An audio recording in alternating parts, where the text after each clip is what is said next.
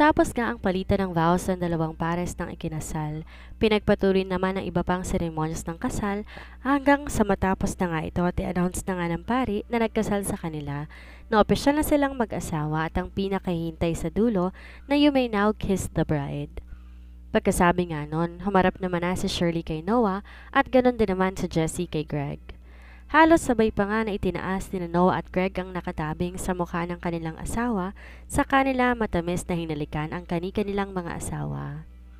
Matapos ang seremonya sa simbahan, agad naman na nga silang dumiretso sa resort kung saan gaganapin ang kanilang reception. Pagkarating nga ng mga bagong kasal sa venue ng kanilang reception, hiyawan naman ang sumalubong sa kanila doon. Agad na rin naman na nagsimula ang program sa reception at ang lahat nga ng mga naroon ay tuwang-tuwa rin sa ilang mga palaro at reception ng kasal. Habang abala ang mga bisita sa kanilang pagkain, lumapit naman na sina Angeline at Denver sa mga bagong kasal at agad na nga nilang binati ang mga ito. "Congratulations sa inyo mga anak!" Nakangiti pang bati ni Angeline at Denver kila Shirley at Noah. "Thank you po, Mom." Halos sabay pa nga, nasagot ni na Shirley at Noah sa magulang nito. "Congrats din sa inyo, Jessie at Greg." Bati rin naman ni Angeline kina Jessie at Greg na nasa kabilang table naman. Agad naman din na nagpasalamat sila Jessie at Greg sa ginang. Muli, binaling naman ni Angeline ang kanyang tingin kila Shirley at Noah at meron nga siyang kinuha na envelope sa kanyang bag. Sa kanya yon iniabot kila Shirley at Noah. Ayaw pa nga itong kunin ni Shirley dahil nahihiya na nga siya sa ina ni Noah sa sobrang dami na nang naitulong nito sa kanya. Kaya naman iniabot na lamang nga ni Angeline kay Noah ang envelope. Ayaw pa nga rin sana yung tanggapin ni Noah, kaso sinamaan na siya ng tingin ng kanyang ina, kaya naman wala na siyang nagawa pa kundi ang kunin ito. "Ano po ito, Mom? Hindi na po sana kayo nag-abala pa?" sabi ni Noah sa kanyang ina habang nakatingin sa envelope na iniaabot nito. "Pwede mo naman niyang buksan para malaman mo kung anong laman niyan." Nakangiti pa na sagot ni Angeline kay Noah. Napatingin naman si Noah kay Shirley, tsaka siya napabuntong hininga dahil ayaw niya talaga sanang tumanggap ng regalo mula sa kanyang magulang, kaso mukhang masisermonan siya kapag hindi niya yon tinanggap. Dahan-dahan namang binuksan ni Noah ang envelope na yon at napakunot na nga lamang talaga ng noo si Noah nang makita niya ang laman nito. "Mom?" sabi ni Noah sa kanyang ina. Nagtatanong pa ang tingin niya rito. Matamis namang initian ni Angeline si Noah at Shirley. "Regalo namin yan sa inyo ng daddy mo. Alam ko kasi masyado kayong abala sa mga trabaho ninyo at naging abala nga kayo sa paghahanda dito sa kasal ninyo. Kaya naisipan kong yan na lang iregalo ko sa inyong dalawa." Nakangiti pa na sabi ni Angeline kila Noah at Shirley. "Pero Mom, hindi yun na po sana to binili," sabi pa ni Noah sa kanyang ina dahil hindi talaga biro ang halaga ng iniregalo nito sa kanila. "Wala nang pero-pero, bayad na yan at wala ka na magagawa pa kundi tanggapin na yan sa ayaw at sa gusto mo," pagsusungit na ni Angeline sa kanyang anak. Ang laman nga ng envelope na iyon, titulo ng bahay at lupa. Kalakip nga noon ay ang susi nito. Niregaluhan niya kasi ng bagong bahay at lupa ang bagong kasal na sina Noah at Shirley. At hindi lang ito basta bahay lang dahil talagang mansyon ito kung tawagin. Alam niya kasi na wala pang ang oras sa mga ito para bumili ng sariling bahay. Alam niya na kayang-kaya nang bumili ng kanyang anak ng sarili nitong bahay pero gusto niya sanang bigyan pa rin ng mga ito at ang napili nga niya medyo malapit din sa kanila kagaya nila, Nina at Kimboy. Minsan kasi na may pinakitang mga larawan ng bahay si Angeline kay Noah ng kanyang bumili ang sariling anak ng bahay nito. Pinapili niya nga ito kung alin ang maganda sa mga yon at ang napili nga ni Noah ay ang mansyon na binili niya para dito. Sa mga gamit naman sa bahay na yon, si Angeline ang pumili at bumase na lamang siya sa kung anong tipo ni Shirley sa mga gamit nito. At alam niya ang gusto lang ni Shirley ang mga gamit, mga simple lamang. Kaya pinaayusan na rin niya ang mansyon na iyon ng simple lang na gamit na tiyak magugustuhan din naman ni Shirley at Noah. "Maraming salamat po, Mom, Dad," sabi ni Noah at Shirley sa mga magulang ni Noah. Dahil talaga namang nag-aabala ang mga ito, nabigyan sila ng ganong klase ng regalo.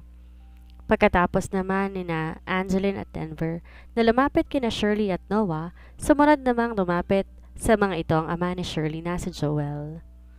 Binabati ko kayo, mga anak. Masayang masaya ako para sa inyo.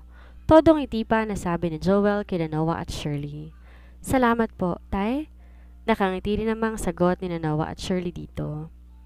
May kinuha naman na sobre si Joel sa kanyang bulsa, kaya nagkatitigan nga sila ni Noah at Shirley dahil mukhang may ibinigay rin ng ama ni Shirley sa kanila. Regalo ko nga pala para sa inyo. Nakangiti pang sabi ni Joel at sa kanya iniabot ang sobre ng mga ito. At ngayon naman si Shirley ang nagsalita sa kanyang ama. Tay, di na po sana kayo nag-abala pa na magbigay ng regalo sa amin? Masaya na po kaming kumpleto tayo ngayon, sabi ni Shirley sa kanyang ama.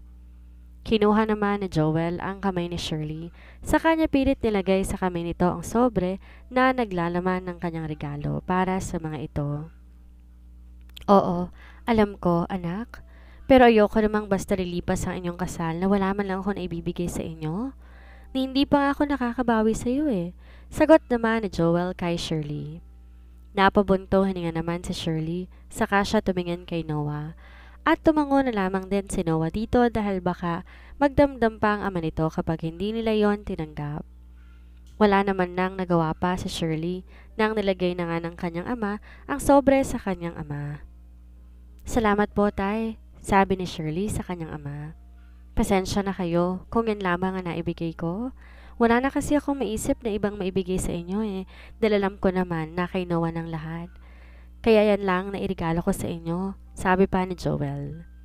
Nagkatinginan naman muli sina Shirley at Noah bago nga binuksan ni Shirley ang sobre at napakunot na lamang ang noo niya nang makita niya ang laman nito. Ticket? Kunot noong tanong ni Shirley sa kanyang ama. Yes, anak. Para sa honeymoon ninyong dalawa. Alam ko kasi na parehas naman kayo masyadong abala sa mga trabaho nyo, kaya naisip ko na ticket na lang irigalo ko sa inyo papuntang Japan. Alam ko, mag-e-enjoy kayong dalawa doon? Nakangiti pa na paliwanag ni Joel kay Shirley. Nagulat naman si Shirley sa sinabi ng kanyang ama at ramdam niyang pinamulahan nga siya ng mukha dahil sa sinabi ng kanyang ama tungkol sa honeymoon. Agad naman inakbayan ni Noah si Shirley nang mapansin nga nito na parang bigla itong namula. Ngingiti-ngiti pa nga ito habang nakatingin sa ama ni Shirley. Thank you po, tay. Mukhang magagamit po namin to agad at makakapagpahinga at makakapag-relax po muna kami doon. Sabat naman ni Noah. Napansin naman ni Shirley na nakatitig na sa kanya si Noah, kaya naman bahagyan itong isiniko sa tagiliran nito. Nga pala, mamaya na rin ang fight ng ticket na yan, kaya dapat mauna na kayong umalis dito mamaya. Sila Jessie at Greg sa London ang punta, kaya pwede rin kayo magsabay mamaya pag alis nyo. Kami munang bahala sa mga bisita nyo rito. Sabi pa ni Joel kila Noah at Shirley. Mamaya na po kaagad? Hindi naman po kayo excited paalisin kami, no? Nakanguso pa na sabi ni Shirley sa kanyang ama dahil talagang hindi yata sila balak patapusin ang kanilang reception ngayon. Of course, sobrang excited na ako para naman magkaroon na ako ng apo. Nakangisi pa na sabi ni Joel sa kanyang anak. Tay, saway ni Shirley sa kanyang ama pero tinawanan lang siya nito, saka sila nito tinalikuran. Pero bago pa man to umalis, sandali pa nga itong lumingon sa kanila. Mag-enjoy kayo sa inyong bakasyon at sa inyong honeymoon. Ang apo ko huwag kakalimutan. Nakangiti pa na sabi ni Joel, saka siya nagpatuloy sa kanyang paglalakad. Pagkaalis naman ni Joel, hinapit naman ni Noah si Shirley sa bewang. Mukha namang wala na talagang iistorbo sa atin doon sa ating honeymoon. Palagi na lamang kasi akong nabibitin dito. At ngayon ngang legal na tayo mag-asawa, excited na akong bumuo ng pamilya kasama ka. Mahina lamang nasabi ni Noah kay Shirley at kinindatan pa nga niya ito. Nanlalaki naman ang mata ni Shirley dahil sa sinabi ni Noah. Ilang beses na kasing kamuntik nang may mangyari sa kanilang dalawa pero madalas nga pinipilit kontrolin ni Noah ang kanyang sarili o di kaya naman may biglang iistorbo sa kanila kaya hanggang ngayon wala pa talagang nangyayari sa kanilang dalawa. Tumigil ka nga dyan, baka mamaya may makarinig sa'yo nakakahiya. Nahihiya pa na sabi ni Shirley kay Noah sa kanya ito sinamaan ng tingin. Natawa naman si Noah sa itsura ni Shirley at alam niyang nahihiya nga talaga ito kapag ganito ang mga usapan. Kaya naman kinabig nga niya ito at sa kanya ito hinalikan sa noo. Nasa gano'n naman silang sitwasyon nang lumapit nga sila Jessie at Greg sa pwesto ni na Shirley at Noah. Wow, ang sweet naman. Mukhang magkakaroon na yata kagad ako ng pamangkin na. Nakangisi pa na sabi ni Jessie kila Shirley. Bigla namang siniko ni Shirley si Noah nang bigla kami nagsalita sa kanilang harapan ni Noah. Ate naman, dapat ikaw ang unang magbibigay sa akin ng pamangkin. Sagot naman ni Shirley sa kanyang ate Jessie.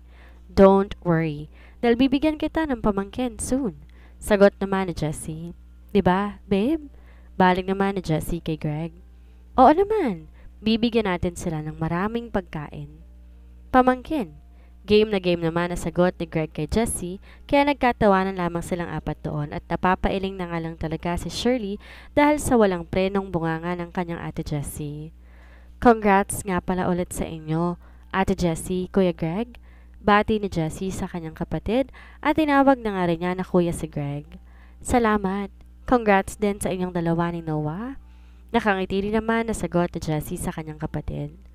Saan pala ang destinasyon nyo pagkatapos dito? Tanong na Jessie kila Shirley. Japan daw.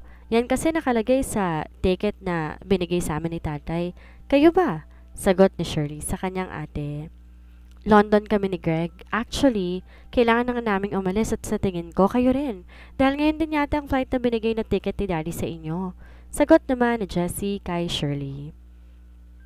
Tiningnan naman nila Shirley at Noah ang iniabot kanina na sobre ng tatay ni Shirley at nakita nga nila na mamaya ng 10 ng gabi ang flight nila at alas 5 na nga ng hapon ngayon. Mukhang kailangan na nga rin silang umalis doon ngayon dahil maghahanda pa nga sila ng kanilang mga dadalhin ng mga gamit at dapat din talaga silang pumunta doon na mas maaga sa oras ng kanilang flight.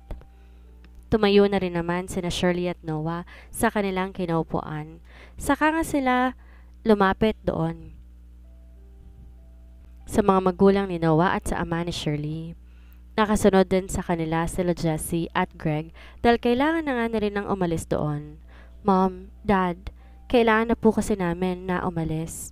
Kayo na po munang bahala sa mga bisita namin, sabi ni Noah sa kanyang mga magulang.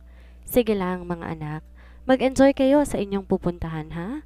Nakangiti naman na sabi ni Angeline kila Shirley at Noah.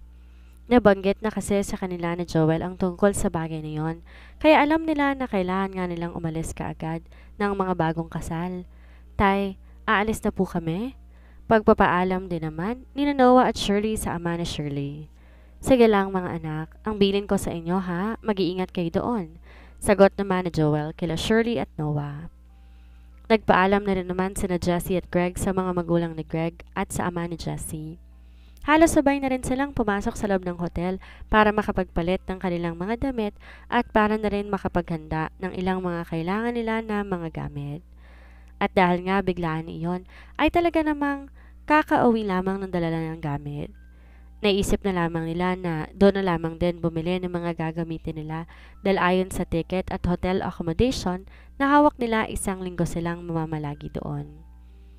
Pagkatapos silang makapagbihis, sa isang sasakyan na lamang sila sumakay na 4 at ang driver na lamang ni Noah ang nag-drive para sa kanila.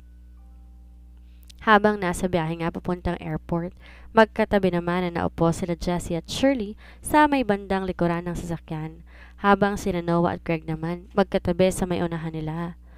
Sabi kasi ni Jessie, sila munang magkapatid ang magtatabi, total naman daw ay ang kani-kanilang mga asawa daw ang makakasama nila sa susunod na araw, kaya pumayag na lang din sila Noah at Greg.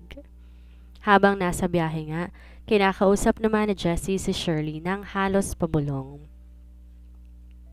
Shirley, ready ka na bang magkaroon ng baby? Bulong nga na Jessie sa kanyang kapatid.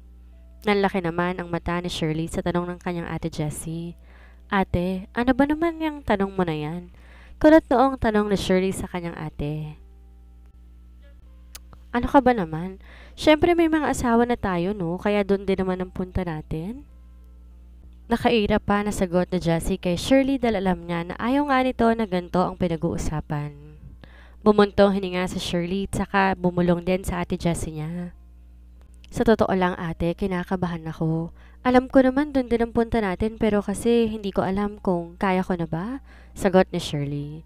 Kaya mo yan. Ako kasi excited ako na magka-baby kami ni Greg. Alam mo naman, lumaki ako na wala naman akong nakababatang kapatid. At ngayon ko lamang din kayo nakilala kaya naman excited na ako magkaroon ng baby. Nakangiti pang sabi ni Jessie kay Shirley at kita mo ang kakaibang ningning ng mga mata nito.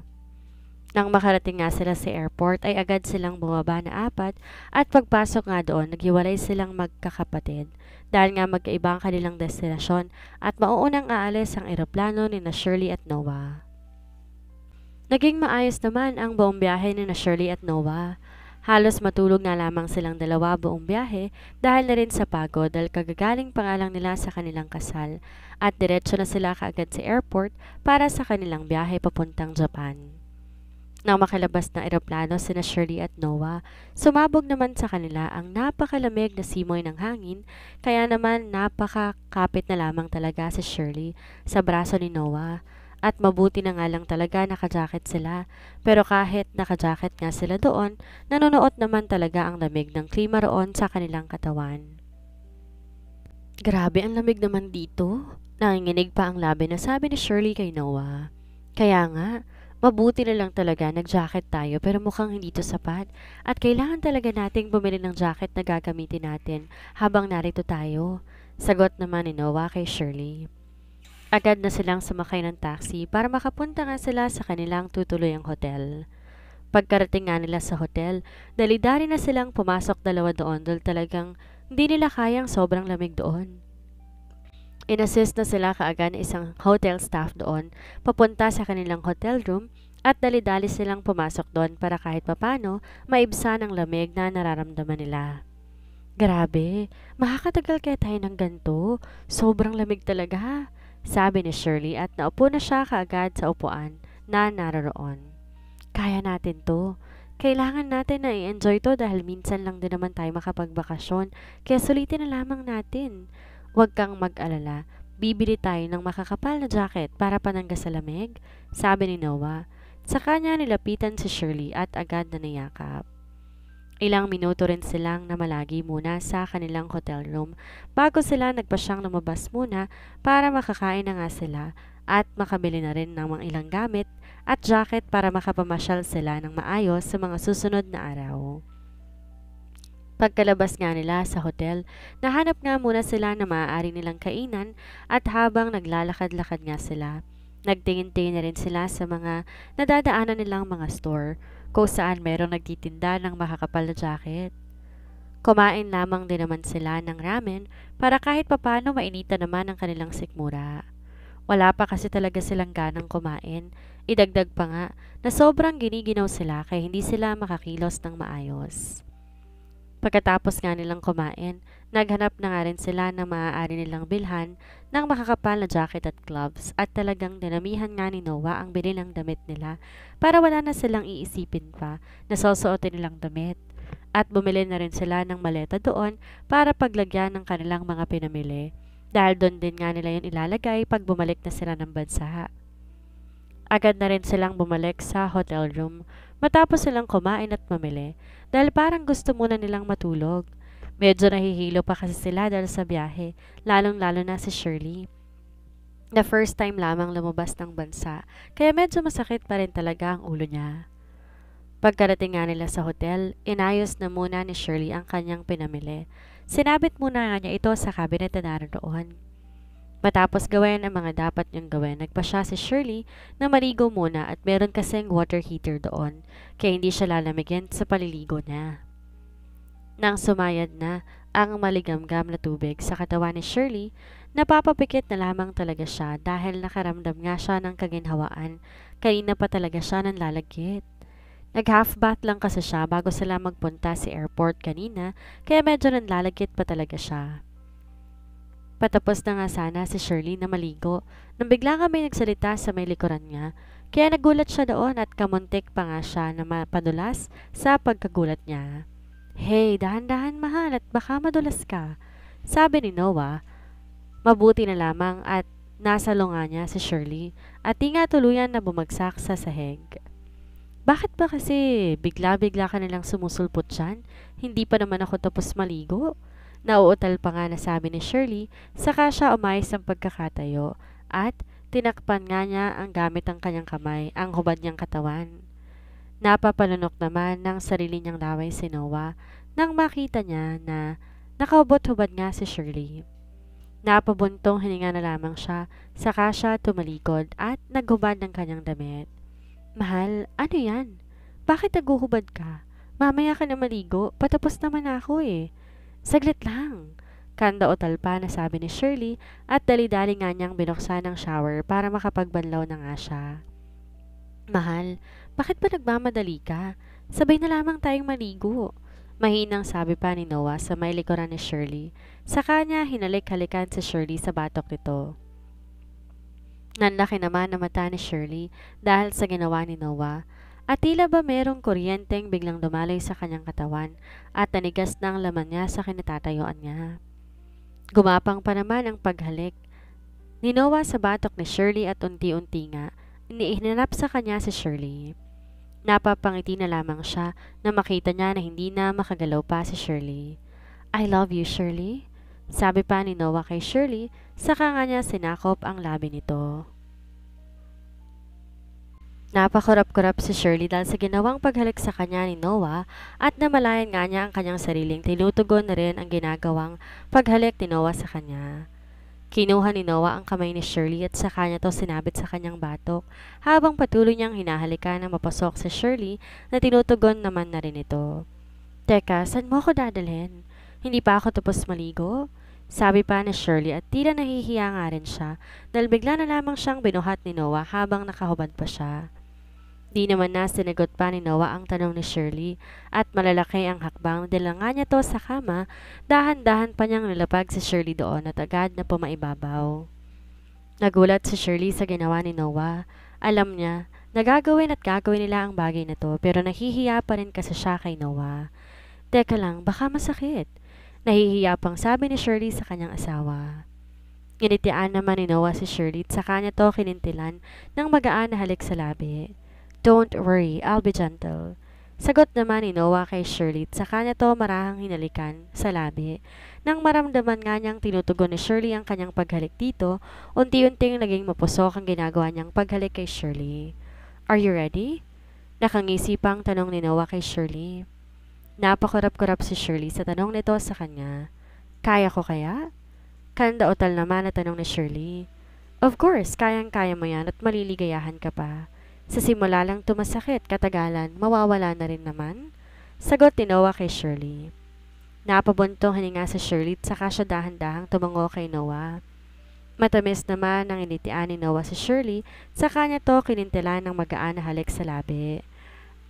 Saglit lang. Masakit, mahal. Sandali lang. Awat ni Shirley kay Noah at bahagya pa nga itong itinulak.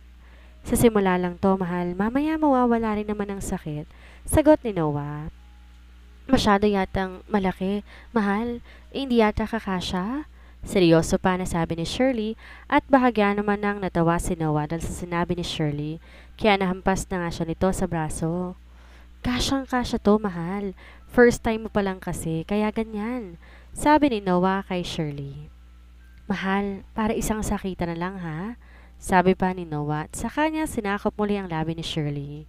Grabe ka, ang sakit. Nakapikit pa na sabi ni Shirley kay Noah. Sorry. Sabi pa muli ni Noah at sa kanya kinintilan ng magaan na halik si Shirley. At ilang saglit pa sabay na nilang narating ang rurok. Mahal na mahal kita, Shirley. My wife? Sabi ni Noah kay Shirley, sa kanya to hinalikan sa noo. Kaya naman napapikit na nga lamang si Shirley. Mahal na mahal din kita. Noah, my hubby? Nakangiti naman na sabi ni Shirley kay Noah, sa kanya to hinalikan sa labi at agad na yumakap dito. At dahil nga sa pagod nilang dalawa, matapos ang mainit na sandali sa pagitan nilang dalawa, ay hindi na nga nila namalayan pa na nakatulog na silang dalawa sa ilalim na makapal na kumot habang hubot-hubad pa nga sila. Ngayon nga parehas ng panatag ang kanilang mga kalooban Dahil kasal na nga silang dalawa at masaya na sila ngayon sa kanilang buhay at handa silang bumuo ng isang masaya at nagmamahalan na pamilya. Wala na nga rin talaga silang mahihiling pa dahil masaya talaga sila sa kung anumang meron sila ngayon. At ang mahalaga rin sa kanila ngayon ay nagmamahalan nga sila. Dito na po nagtatapos ang kwentong pag-ibig ni Shirley at Noah. Maraming salamat po sa lahat ng sumuporta at sumubaybay. Muli, magkita-kita po tayo sa susunod pa nating mga istorya.